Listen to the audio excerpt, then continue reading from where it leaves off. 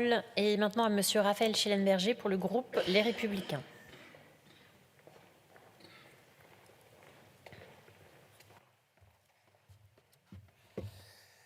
Madame la Présidente, Monsieur le Ministre, Monsieur le Rapporteur, chers collègues, on ne va pas faire trop long sur ce texte qui fait plutôt consensus, parce que de façon générale, on considère qu'il faut que nous soyons en mesure aujourd'hui d'apporter plus d'intelligence budgétaire, plus d'intelligence financière aux collectivités locales.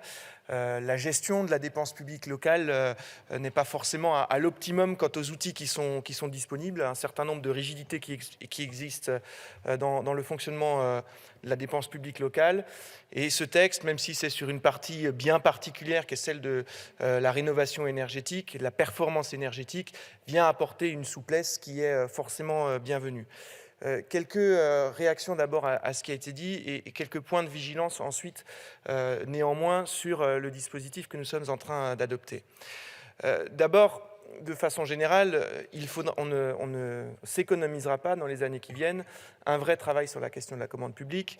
Il est vrai que l'État, ses démembrements et les collectivités locales en premier chef sont de très mauvais acheteurs, achètent toujours plus cher globalement que les privés et c'est en grande partie lié au mécanisme de la construction de l'achat public.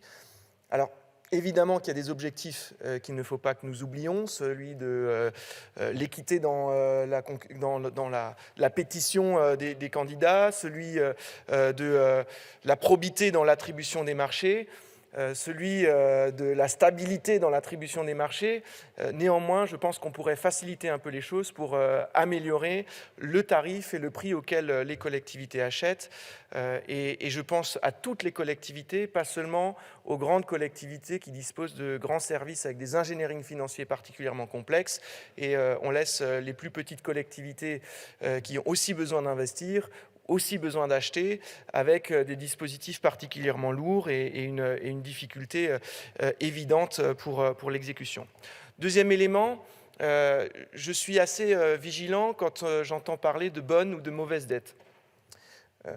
J'ai tendance à penser qu'il y a dans le budget public de la bonne et de la mauvaise dette. La mauvaise dette, c'est celle qui paye du fonctionnement, c'est-à-dire c'est la dette qui paye ce qu'on est incapable de se payer et qui nous sert aujourd'hui. La bonne dette, c'est celle qui sert de l'investissement, c'est-à-dire que ceux qui en profiteront paieront l'équipement. Mais les collectivités locales ne peuvent s'endetter que pour investir.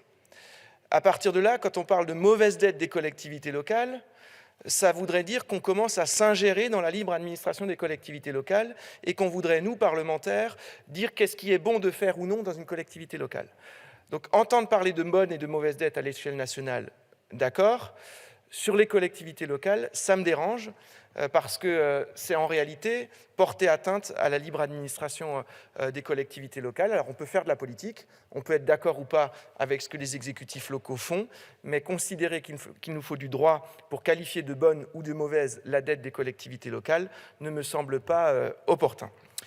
Sur le dispositif à proprement parler, quelques points de vigilance. Le premier, il ne faudrait pas qu'à terme, ce dispositif devienne aussi compliqué que les partenariats publics-privés. Si les partenariats publics-privés ne marchent plus, c'est bien que les mécanismes... Pas forcément que de beaux exemples qui se sont passés dans l'histoire, mais c'est aussi que le mécanisme est trop compliqué.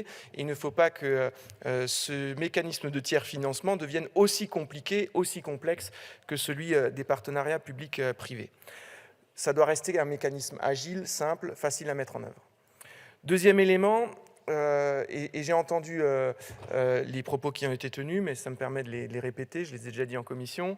Je crois qu'il faut être vigilant à la notion de global, de rénovation globale, de performance globale, parce que ça peut rentrer en contradiction avec des modes d'organisation des compétences locales et finalement ralentir les projets. Je crois qu'il faut faire preuve de la plus grande souplesse possible. J'avais échangé avec monsieur le rapporteur, par exemple, de la question de l'éclairage public, qui me semble important. C'est typiquement le genre d'équipement sur lesquels on peut aller très vite avec ce genre d'outils financiers pour faire très vite de grandes économies d'énergie grâce à des apports de financement nouveaux et rapidement efficaces. Enfin, je me réjouis que des amendements aient été apportés pour permettre à tous d'accéder, y compris aux plus petites collectivités locales, à ces outils. Mais encore une fois, attention à protéger les petites collectivités locales sur ce type de contrat. On a vu au début des années 2000 ce que donnaient les produits bancaires complexes dans un certain nombre de collectivités locales. Il faut absolument que nous puissions protéger les collectivités qui ne disposent pas d'un service d'ingénierie financier hyper staffé de risques budgétaires. Et puis enfin, surtout, plutôt que l'expérimentation, moi je pense qu'il faut qu'on soit dans une logique d'évaluation. Il faut que ces dispositifs puissent se projeter dans le temps, mais que nous puissions régulièrement et sérieusement les évaluer. Voilà les quelques points de remarque et d'attention que je voulais formuler cet après-midi.